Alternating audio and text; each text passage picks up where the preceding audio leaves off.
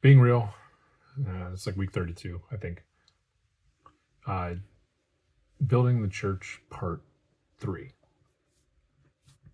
Slightly different location. We'll go with it.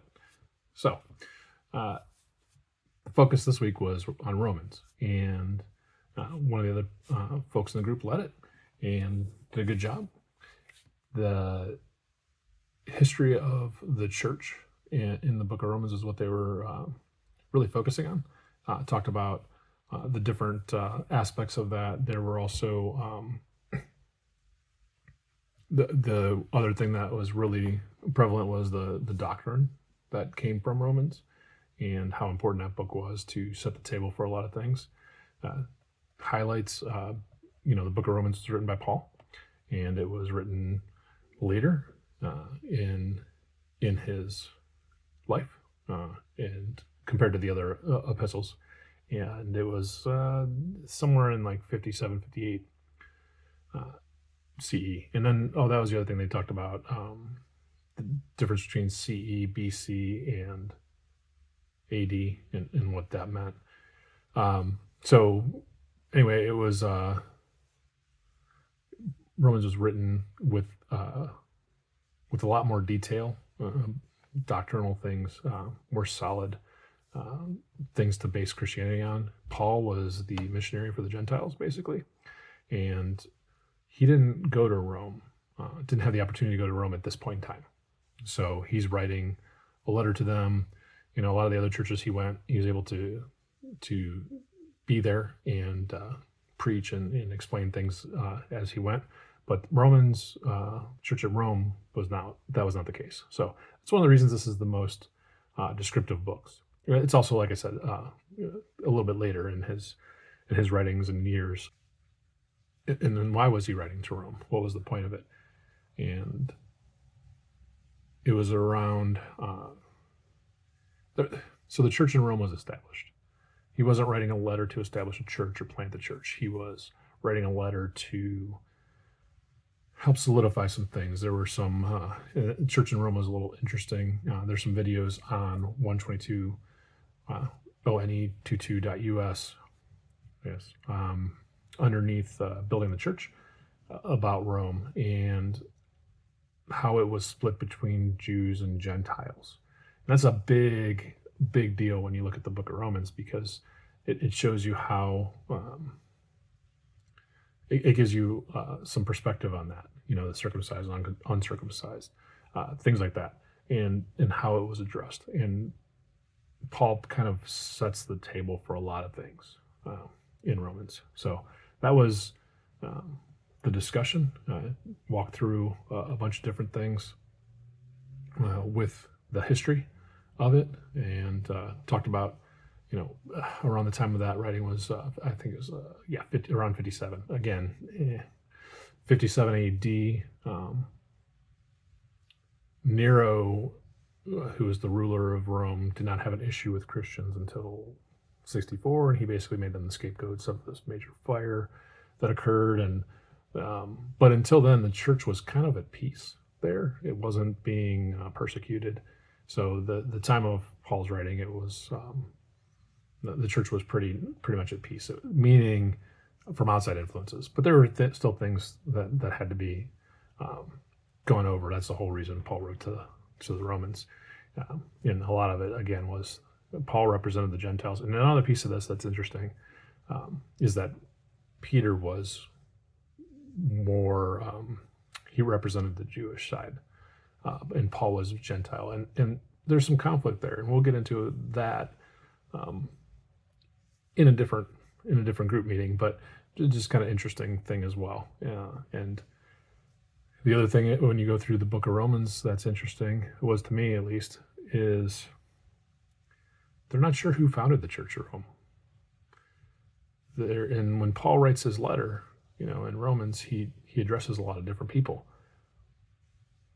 but he doesn't really address any other apostle. I found that interesting. And you start researching that stuff and looking at it, and many sources are like, yeah, it could have been this person, or it could have been the people that were in Jerusalem and they went back, or they heard the word and began the church. There's no rock solid um, account of, that's actually kind of humorous that I use rock solid, account of who started the church in Rome. But Paul is writing to them well into the church being established. Again, this is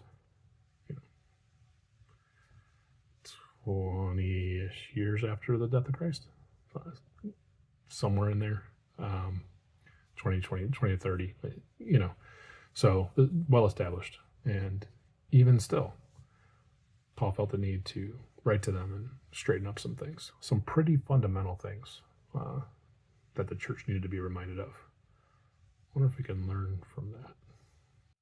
The impact that this letter to the Romans had on and various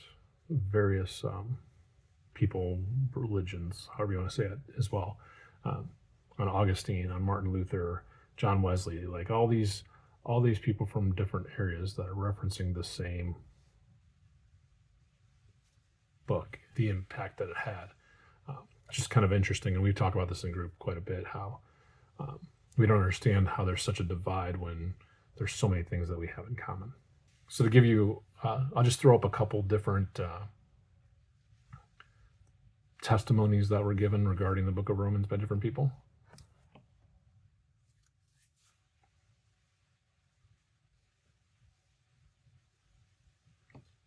And you could see that Romans is a pretty big deal. How it's structured is a big deal to many different people.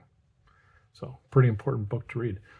Another thing that was interesting about Romans is it's a good place to start when you're starting to read the Bible. A lot of people say start with John or start with different areas, but Romans lays it out a little bit simpler in a lot of ways. It's more of a practical understanding of the walk, which brings me to the next point.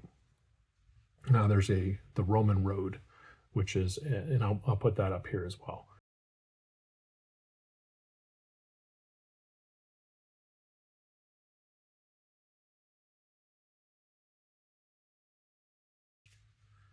And it really categorizes different areas in the book of Romans and what you're to take from them in pretty simple terms. You'll find that there's a lot of common ground there, a lot of straightforward stuff. But this is one of the key pieces or key things that was discussed and gone through and really connected with people. So hopefully you get something out of it as well. I read it straight through, honestly, which I've never done. And it was a very interesting read. Reading the letters all together, not just picking at different points, different verses, is very important in any of the letters, honestly. But things can get taken out of context really quick when you're talking about circumcised, uncircumcised, and what does that mean, and what is the whole of this letter? What are the important things to take from it? If you just look at verse by verse or read a verse at a time, it's a different message, or it could be. It's not a different message. I shouldn't say that, but you lack context. So looking at Romans as a whole and going through and breaking apart the different sections of it and talking about that was a really good thing, and seemed to really hit home for the people in the group with Romans, because it is one of the most comprehensive early church letters as far as guidance and I don't want to say correction per se. Some of the other letters are a little bit more there, but most comprehensive grouping and precise grouping of concepts for the Christian church. And we start with that one, and what we're going to do is go into the other letters as we go into next week. And I think we're going to find some common themes. We're also going to find some letters that have very specific instruction, and we're going to have to ask why and work through that, because Romans is a very broad, big reaching message for any Christians. And I think once we get into some of the other ones, we're going to have to really have some discussion on if it's broad or if it was a specific thing at that time. But Romans is a good one to set the foundation. It's one of the later ones, which is kind of interesting. We're starting with that. But That's the other part of this. As I know I used to think that things were chronologically in order. Not true. In and in the books of the Bible, it's not a book; it's multiple books written at different times. One thing's mentioned in one that predates other things. So you really have to read across them and to have a better understanding of what happened and when. For instance, Paul was, when he went away for 3 years, we talked about this, the last one, he went away for 3 years to get his learning from revelation of Jesus. That wasn't in Romans, it wasn't in Acts. That's in Galatians. So different pieces and parts, in the different letters, we need to go looking at that and connect the dots and figure out what's important. Not that, I know people are like, well, it's important. It's all important. What is